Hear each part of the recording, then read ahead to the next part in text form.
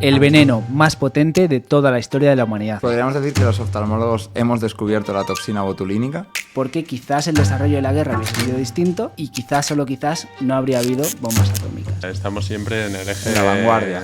¿Por qué creéis que se repite el tema de Botulinus botulinum? El que más sabía de la toxina botulínica se va a su casa y le dice: oye, ¿por qué no lo pruebas para tus casos de estrabismo? Pues bien, lo prueba y magia. ¿Por qué no me estás pinchando aquí en el entrecejo y aquí en la frente? Eureka. Solo hay 10 veterinarios diplomados en oftalmología en toda España. ¿Serías capaz de operar la catarata en un perro? Yo no lo sé y te lo quería preguntar. Tú, el día que te dan el título, puedes coger y abrirte una clínica y operar cataratas aunque nunca hayas visto una catarata. Esto cuesta operar a tu perro de catarata en España.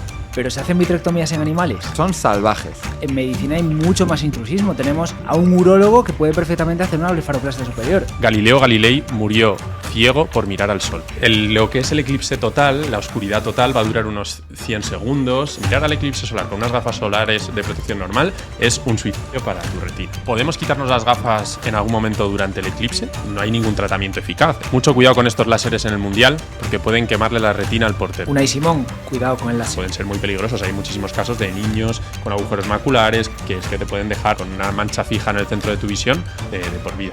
Y este fue el español que descubrió la fotocoagulación retiniana. Yo creo que es verdad que cualquier descubrimiento que hagas es importante patentarlo, al menos por tener tú el control. Luego ya hacer lo que quieras. No, sí. Bienvenidos al quinto episodio del podcast Oftaltalks. Conmigo tengo una vez más al gran Joaquín Alonso. Joaquín, buenos días. Buenos días, ¿qué tal, Álvaro? Y también al gran Pablo Bratos. Pablo, buenos días. Buenos días, chicos, ya por el quinto episodio. Bueno, pues por favor, hacedme una introducción del tema del que vais a hablar hoy. Joaquín, por favor. Pues es un tema que a los que tengan mascotas les va a gustar, yo creo que bastante. ¿Cómo os digo? ¿Cómo os quedáis si os digo que en España solo hay 10 oftalmólogos veterinarios diplomados? Puede haber más, pero diplomados por un organismo europeo solo hay 10.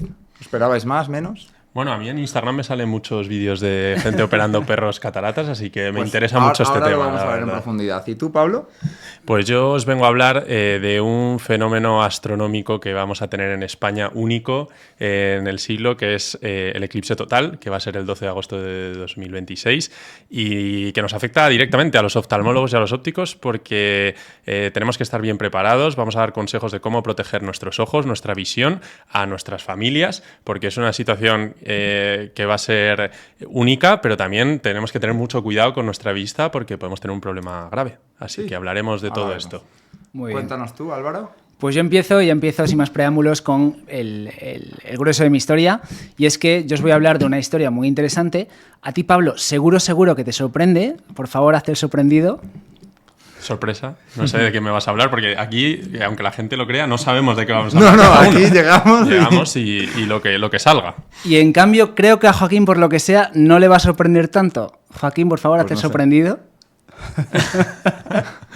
Pues bien, yo os voy a hablar del botulismo, de la toxina botulínica. Por favor, no digáis el nombre comercial que nos banean. Y de la directa aplicación a la práctica clínica de la oftalmología y de la medicina estética, de la que dos oftalmólogos fueron completamente protagonistas. Por tanto, es una historia que está estrechamente relacionada con la oftalmología. Pues bien, esta historia del botulismo empieza en Alemania, en el suroeste de Alemania, en la región de Württemberg, donde se encuentra Stuttgart, a principios del siglo XIX. Y es que allí el botulismo todavía no se llamaba botulismo, se llamaba la enfermedad de las salchichas. Podemos intuir que efectivamente es porque los síntomas clínicos del botulismo aparecían en relación con el consumo de salchichas o de otros productos cárnicos procesados. Bien, esto era conocimiento popular y se sabía que los síntomas clínicos, que si recordamos son pues la boca seca, la disfagia, la midriasis y por tanto la visión borrosa, la ptosis palpebral, la oftalmoplegia. Por tanto, es una enfermedad o es una condición estrechamente relacionada también con la oftalmología. Y también el síntoma más importante y más temible era la parálisis respiratoria, la parálisis de los músculos respiratorios que podían conducir, si pues era un grado muy extremo, a la asfixia. Y lo más escalofriante de todo es que este botulismo no produce en absoluto ninguna alteración de la función cognitiva. Por tanto, quien se intoxica por esta toxina botulínica puede ser perfectamente consciente y puede estar perfectamente lúcido mientras se va quedando sin aire y mientras se asfixia. Historia de terror. Es como la enfermedad esta de que se te morían las fibras que iban pontinas y te quedabas enclaustrado. El ¿Cómo era locked-in eso? syndrome, El locked-in ese. Sí. Pues bien, esto era conocimiento popular hasta que llega un médico y poeta romántico alemán que era bastante friki, según decían, y bastante excéntrico, que se llamaba Justino Kerner, al que apodaban Wurstkörner, es decir, Kerner, el de las salchichas, que no sé vosotros, pero me parece que es un apodo con bastante aura, bastante más que Joaquín, Bastante el del podcast, poético. o Pablo, el del podcast. Pues bien, Kerner, el de las salchichas, lo que hace es una fricada histórica, que es exponerse progresivamente a las sustancias que él pensaba que estaban contaminadas, que eran las salchichas y los productos cárnicos procesados, de forma que ve cuáles son las manifestaciones clínicas que aparecen según la dosis que él recibía. En dosis contada en salchichas. Eso es. O sea, con 2 salchichas me pasa esto. Eso es. Al parecer sacaba un extracto de las salchichas en gotas y se iba administrando diferentes cantidades de gotas. Pues bien, con esto lo que hace es una monografía, hace un tratado exclusivo sobre el botulismo, lo que en aquel momento era el botulismo, y los 7 primeros capítulos detalla con muchísimo detalle todas estas manifestaciones que hoy conocemos perfectamente de lo que representa el botulismo, y lo más curioso es que en el 8º capítulo se aventura a decir y a pensar y a hipotetizar cuáles podrían ser las aplicaciones clínicas de esta sustancia que Pero todavía... no era médico. Era médico. era médico. Era médico. Se aventura a pensar cuáles podrían ser las aplicaciones clínicas, médicas, de esta sustancia que todavía no sabemos lo que es, para aquellas situaciones en las que el sistema nervioso funciona de más. Es decir, él se dio cuenta de que el sistema nervioso se paralizaba con la toma de esta sustancia y dijo, oye, ¿y qué pasa si esta sustancia se pudiese dar en situaciones en las que el sistema nervioso funciona demasiado? Lógicamente se tira unas buenas pedradas y se cuaja pues, muchas de las enfermedades que se podrían tratar, pero ya 150 años antes de la aplicación clínica de la toxina botulínica, dice que se podría aplicar esta sustancia en enfermedades como la corea de San Vito, que pues efectivamente sabemos que la toxina botulínica se trata para espasmos, para distonías, y también, que a mí esto me pareció muy interesante, para la hiperhidrosis o sudoración excesiva. 150 años antes... Ese tío era un máquina, ¿eh? 150 años antes... Justino Kerner, el de las salchichas, ya se aventura a decir que esto se podría utilizar para la sudoración excesiva. Por tanto, un completo visionario. Eso es. Y una pregunta, en esa época no se llamaba botulismo, dices. No se llamaba botulismo. ¿Y por qué luego se le llamó botulismo? Muy buena pregunta. Vale. Y eso nos lleva a el salto en la historia que se produce después, 70 años más tarde. Salto en la historia, nadie hace ni caso a Justino el de las salchichas y nos encontramos en la aldea de Belzels, que es un pueblo de Bélgica. En este pueblo de Bélgica se produce una muerte, hay un funeral y en el funeral hay una ceremonia religiosa, toca la orquesta y después de la gente que ha acudido a ese funeral, pues va a tomarse un pisco labis. Y en ese pisco labis lo que se ofrece, lo que se da a los invitados es jamón salado, que eran 2 piezas que habían estado almacenadas en un barril. Una había estado en la parte de arriba del barril, más aireada, y otra pieza había estado en la parte profunda del barril y por tanto en condiciones más anaerobias. La buena. Eso es. Entonces, se ve que quien durante ese pisco labis toma el jamón salado de la parte superficial no le pasa nada y en cambio las personas, 34 personas que toman el jamón salado de abajo, caen enfermas y sufren los síntomas del botulismo. Hasta el punto de que 3 personas fallecen. Lo cual no deja de ser irónico porque no olvidemos que estaban atendiendo un entierro, un funeral.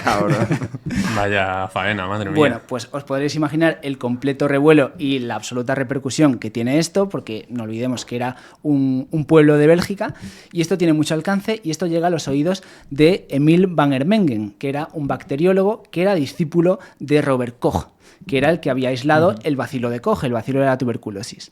Pues bien, Emil van Hermengen coge, se pone manos a la obra y analiza los órganos de las personas que habían fallecido y también analiza el jamón salado que había estado, en teoría, en mal estado. Y bien, pues después de todo ese trabajo, consigue por primera vez aislar el bacilo del botulismo, al que llaman en un primer momento Bacillus botulinus y en segundo momento se llamaría, como lo conocemos ahora, Clostridium botulinum. Bien, y ya como curiosidad, ¿por qué creéis que se repite el tema de botulinus botulinum? Ah, porque está en un bote el jamón. No. Ah, vale. No. Pues no lo sé, la verdad. Porque botulus significa salchicha en latín. Por tanto, es algo que se ha conservado hasta nuestros días. Que como ya nos aprendemos latín en los colegios. Eso es. Pues es algo que se ha conservado hasta nuestros días, el tema del botulismo, que al final es pues la enfermedad de las salchichas, sigue siendo eso. Pues bien, siguiente salto en la historia del botulismo y en la historia de la toxina botulínica. Nos encontramos en la Segunda Guerra Mundial. Los americanos, que representaban una parte importante de los bloques de la guerra, querían ganar la guerra a toda costa. Y para ello pues, desarrollaron, como ya sabemos, armas atómicas y otro tipo de armas que les hiciesen ganar esta guerra. Entre las cosas que intentaron desarrollar para ganar la guerra estuvieron las armas biológicas y las armas bacteriológicas. Durante la guerra consiguieron aislar el anthrax, que es lo que produce el carbunco, y durante toda la guerra intentaron aislar la toxina botulínica de este Clostridium sin éxito. No lo consiguieron. No lo consiguieron hasta 1946, un año después de que se terminase la guerra, que lo consigue un científico llamado Karl Lamana. Pues bien, en este momento se ve que la toxina botulínica que consigue aislar es la sustancia más tóxica y más venenosa que se ha aislado nunca en toda la historia de la humanidad.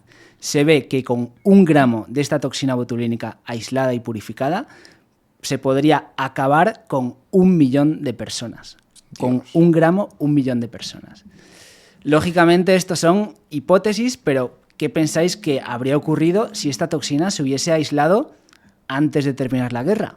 Porque quizás el desarrollo de la guerra hubiese sido distinto y quizás, solo quizás, no habría habido bombas atómicas.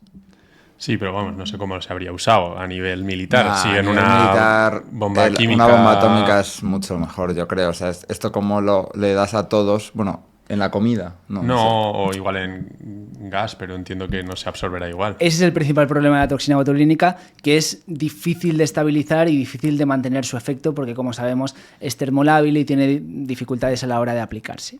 Pero, pues, sucede eso. Y en los años siguientes a la guerra, pues sabemos que se produce la Guerra Fría, sabemos que se produce la Guerra de Vietnam, donde sí se utilizan armas biológicas y armas químicas. En teoría, y solo en teoría, no se utilizó la toxina botulínica, y es que todos estos avances se produjeron en un lugar bastante tenebroso, que se llama Fort Detrick, que es un campamento militar establecido en Maryland a muy poquita distancia de Washington, D.C., donde se producen todo este tipo de avances y todo este tipo de estudios.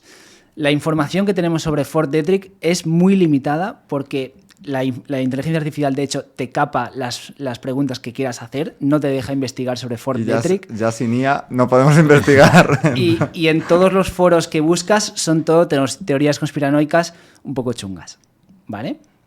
Entonces, durante todos esos años sí que Fort Detrick tiene muchos estudios y avanza mucho en la investigación de cosas como el aislamiento de la toxina botulínica y su aplicación, pero llega un momento, en 1972, en el que Nixon renuncia a la posibilidad de utilizar estas armas biológicas, estas armas químicas, porque al final pues, va en contra de los derechos humanos, básicamente. Entonces, cierra el chiringuito, cierra esa rama de investigación de Fort Detrick, pero claro, ¿qué pasa con todo el conocimiento que se ha desarrollado hasta ese momento? ¿Qué pasa con los científicos que habían estado trabajando en ello hasta ese momento? Bien, pues el que más sabía de la toxina botulínica se va a su casa, a la Universidad de Wisconsin, que era Edward Shantz. Quedaos con este nombre. Salto en la historia. Ya nos encontramos con el gran protagonista de nuestra historia, Alan Scott, oftalmólogo. Ese sí. Eso es. Del gremio. Eso colega. Es. Que realizaba su ejercicio en San Francisco y parte de su ejercicio lo dedicaba al estrabismo. ¿Qué pasa? Que por aquel entonces las cirugías de estrabismo que hacía, que era el tratamiento que había en aquel entonces, el único, pues no tenía buenos resultados con ellas. Estaba cansado, estaba un poco frustrado con los resultados que tenía porque veía que era una cirugía invasiva, que tenía que tener muchas reintervenciones, que era poco reproducible, entonces no estaba satisfecho con las cirugías que estaba haciendo. Entonces se le ocurre inducir quirúrgicamente el estrabismo en monos e inyectar en los músculos que pasaban a estar hiperfuncionantes diferentes sustancias. Claro, completo fracaso, no consiguió éxito con ninguna de esas sustancias. Hasta que, de forma un poco fortuita, consigue contactar con Edward Shantz, que era uno de los científicos que habían huido, que habían salido de Fort Detrick, que estaba en Wisconsin. Y Edward Shantz lo que hace es proporcionarle esa toxina botulínica purificada y le dice, oye, ¿por qué no lo pruebas para tus casos de estrabismo? Pues bien, lo prueba y magia.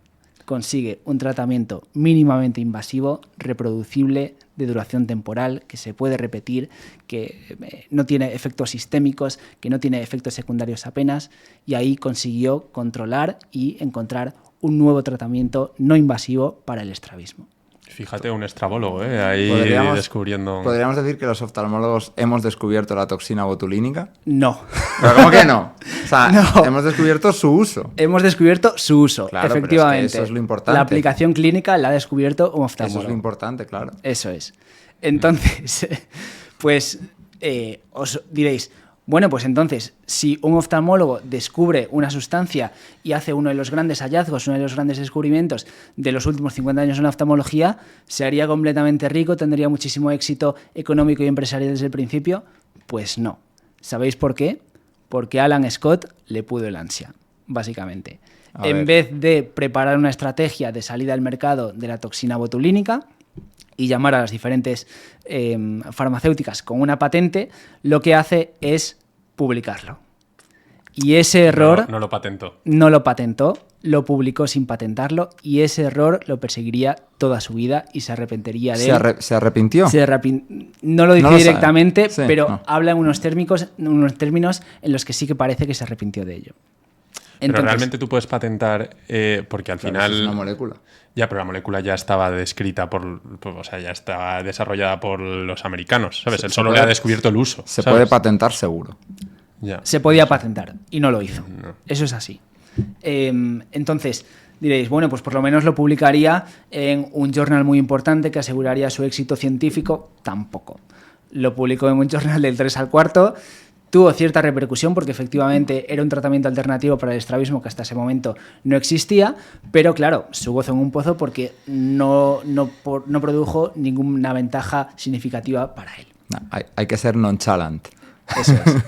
Entonces, ¿qué pasa con Alan Scott? Ve que ha hecho un gran descubrimiento, un tratamiento alternativo para el estrabismo, que es la toxina botulínica, pero que ninguna gran empresa, ninguna farmacéutica quiere comprarle la idea porque no hay una patente, no hay un desarrollo exclusivo del producto y, por tanto, ninguna farmacéutica se quiere exponer a desarrollar ese producto con todos los riesgos que conlleva y con todos los errores que se cometen al principio del desarrollo de un producto, sabiendo que la farmacéutica de la acera de enfrente podría perfectamente copiarle todos sus secretos y toda la forma de hacer las cosas.